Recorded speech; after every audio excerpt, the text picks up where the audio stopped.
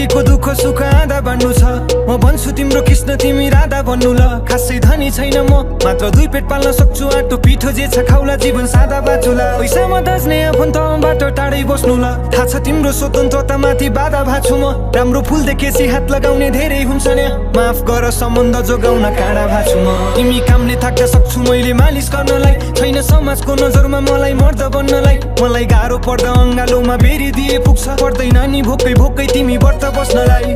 तिमी रिसले आगो हुँदा पानी बन्छु म। भोलि नातिलाई सुनाउँदा कथा रानी बन्नु ल। कहिले काहीँ कामले थाक्दा थोरै रक्सी पिउँछु म।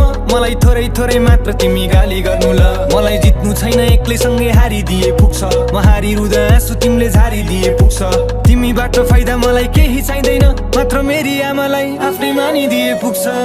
आउनु है तिमी फर्केर, बसिरहन्छु म पर्खेर, तिमीलाई नै सम्झे।